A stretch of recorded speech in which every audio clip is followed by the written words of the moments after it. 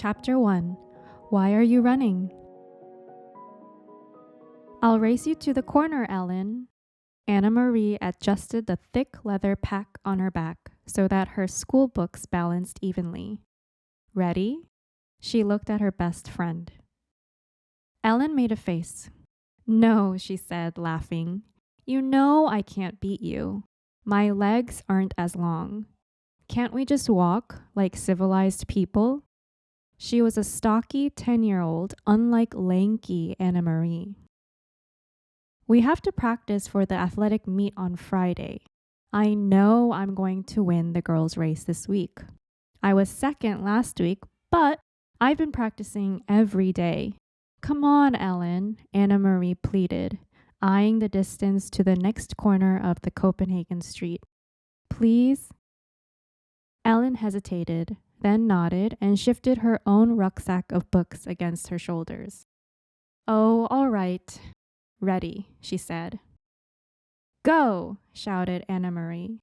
And the two girls were off, racing along the residential sidewalk.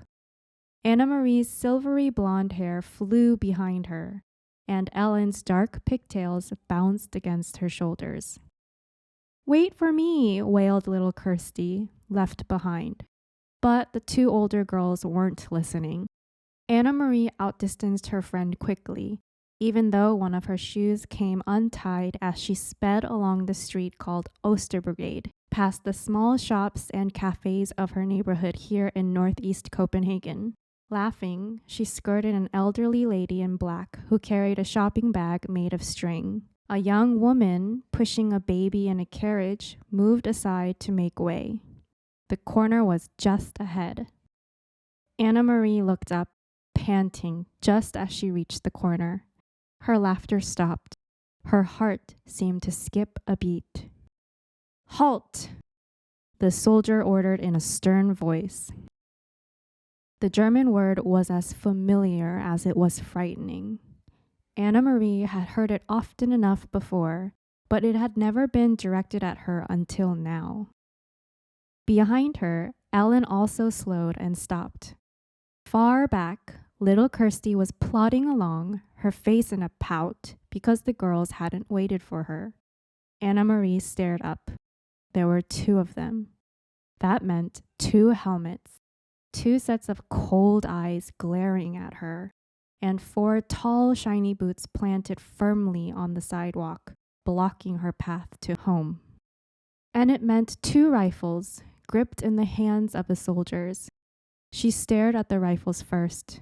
Then finally, she looked into the face of the soldier who had ordered her to halt. Why are you running? The harsh voice asked. His Danish was very poor. 3 years, Anna Marie thought with contempt. 3 years they've been in our country, and still they can't speak our language. I was racing with my friend, she answered politely. We have races at school every Friday, and I want to do well, so I... Her voice trailed away, the sentence unfinished. Don't talk so much, she told herself. Just answer them, that's all. She glanced back.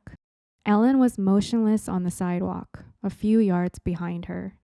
Farther back, Kirsty was still sulking and walking slowly toward the corner. Nearby, a woman had come to the doorway of a shop and was standing silently, watching. One of the soldiers, the taller one, moved toward her. Anna Marie recognized him as the one she and Ellen always called in whispers the giraffe, because of his height and the long neck that extended from his stiff collar. He and his friends were always on this corner. He prodded the corner of her backpack with the stock of his rifle. Anna Marie trembled. What is in here? He asked loudly. From the corner of her eye, she saw the shopkeeper move quietly back into the shadows of the doorway, out of sight. School books, she answered truthfully. Are you a good student? The soldier asked. He seemed to be sneering. Yes. What is your name? Anna Marie Johansson. Your friend. Is she a good student too? He was looking beyond her at Ellen, who hadn't moved. Anna Marie looked back too and saw that Ellen's face, usually rosy-cheeked, was pale and her dark eyes were wide. She nodded at the soldier. "Better than me," she said. "What is her name?" "Ellen." "And who is this?" he asked, looking to Anna Marie's side. Kirsty had appeared there suddenly, scowling at everyone. "My little sister."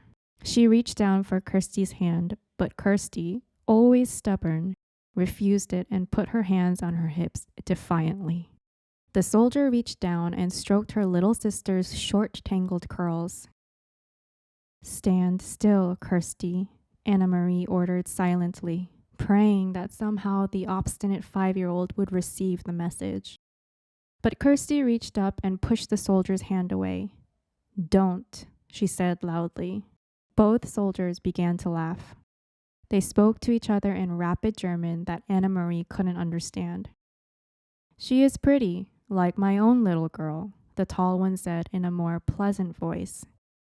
Anna Marie tried to smile politely. "Go home, all of you. Go study your school books and don't run. You look like hoodlums when you run." The two soldiers turned away.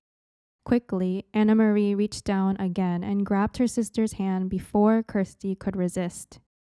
Hurrying the little girl along, she rounded the corner. In a moment, Ellen was beside her.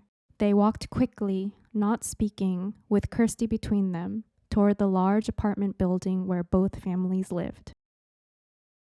When they were almost home, Ellen whispered suddenly, "I was so scared." "Me too," Anna Marie whispered back. As they turned to enter their building, both girls looked straight ahead toward the door. They did it purposely so that they would not catch the eyes or the attention of two more soldiers, who stood with their guns on this corner as well. Kirsty scurried ahead of them through the door, chattering about the pictures she was bringing home from kindergarten to show Mama. For Kirsty, the soldiers were simply part of the landscape, something that had always been there, on every corner, as unimportant as lampposts throughout her remembered life. "Are you going to tell your mother?" Ellen asked Anna Marie as they trudged together up the stairs. "I'm not. My mother would be upset." "No, I won't either. Mama would probably scold me for running on the street." She said goodbye to Ellen on the second floor where Ellen lived and continued on to the third, practicing in her mind a cheerful greeting for her mother. A smile, a description of today's spelling test in which she had done well. But she was too late. Kirsty had gotten there first. And he poked Anna Marie's book bag with his gun, and then he grabbed my hair. Kirsty was chattering as she took off her sweater in the center of the apartment living room. But I wasn't scared. Anna Marie was, and Ellen too, but not me. Mrs. Johansson rose quickly from the chair by the window where she had been sitting. Mrs. Rosen, Ellen's mother, was there too, in the opposite chair. They had been having coffee together as they did many afternoons. Of course, it wasn't really coffee, though the mothers still called it that, having coffee. There had been no real coffee in Copenhagen since the beginning of the Nazi occupation, not even any real tea. The mothers sipped at hot water flavored with herbs. "Anna Marie, what happened? What is Kirsty talking about?" her mother asked anxiously. "Where's Ellen?" Mrs. Rosen had a frightened look. "Ellen's in your apartment. She didn't realize you were here," Anna Marie explained. "Don't worry, it wasn't anything. It was the two soldiers who stand on the corner of Osterbrigade. You've seen them. You know, the tall one with the long neck, the one who looks like a silly giraffe?" She told her mother and Mrs. Rosen of the incident, trying to make it sound humorous and unimportant. But their uneasy looks didn't change. "I slapped his hand and shouted at him," Kirsty announced importantly.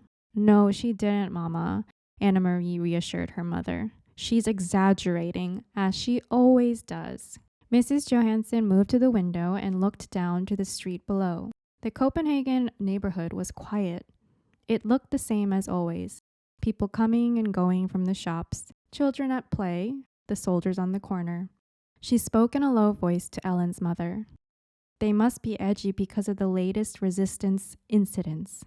Did you read in Die Friedensk about the bombings in Hillerod and Norbro? Although she pretended to be absorbed in unpacking her school books, Anna Marie listened, and she knew what her mother was referring to. Die Friedensk, the Free Danes, was an illegal newspaper. Peter Nelson brought it to them occasionally, carefully folded and hidden among ordinary books and papers, and Mama always burned it after she and Papa had read it. But Anna Marie heard Mama and Papa talk, sometimes at night, about the news they received that way.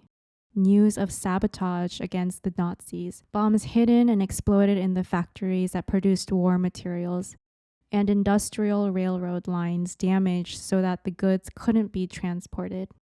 And she knew what resistance meant. Papa had explained when she overheard the word and asked. The resistance fighters were Danish people. No one knew who, because they were very secret, who were determined to bring harm to the Nazis however they could. They damaged the German trucks and cars and bombed their factories. They were very brave. Sometimes they were caught and killed. I must go and speak to Ellen, Mrs. Rosen said, moving toward the door. You girls walk a different way to school tomorrow. Promise me, Anna Marie, and Ellen will promise too. We will, Mrs. Rosen, but what does it matter? There are German soldiers on every corner. They will remember your faces, Mrs. Rosen said, turning in the doorway to the hall. It is important to be one of the crowd always. Be one of many. Be sure that they never have reason to remember your face. She disappeared into the hall and closed the door behind her. He'll remember my face, Mama, Kirsty announced happily, because he said I look like his little girl. He said I was pretty. If he has such a pretty little girl, why doesn't he go back to her like a good father? Mrs. Johansson murmured, stroking Kirsty's cheek. Why doesn't he go back to his own country? Mama, is there anything to eat? Anna Marie asked, hoping to take her mother's mind away from the soldiers. Take some bread and give a piece to your sister. With butter? Kirsty asked hopefully. No butter, her mother replied. You know that. Kirsty sighed as Anna Marie went to the bread box in the kitchen. I wish I could have a cupcake, she said. A big yellow cupcake with pink frosting. Her mother laughed. For a little girl, you have a long memory, she told Kirsty. There hasn't been any butter or sugar for cupcakes for a long time. A year at least. When will there be cupcakes again? When the war ends, Mrs. Johansson said. She glanced through the window, down the street corner where the soldiers stood, their faces impassive beneath the metal helmets. When the soldiers leave.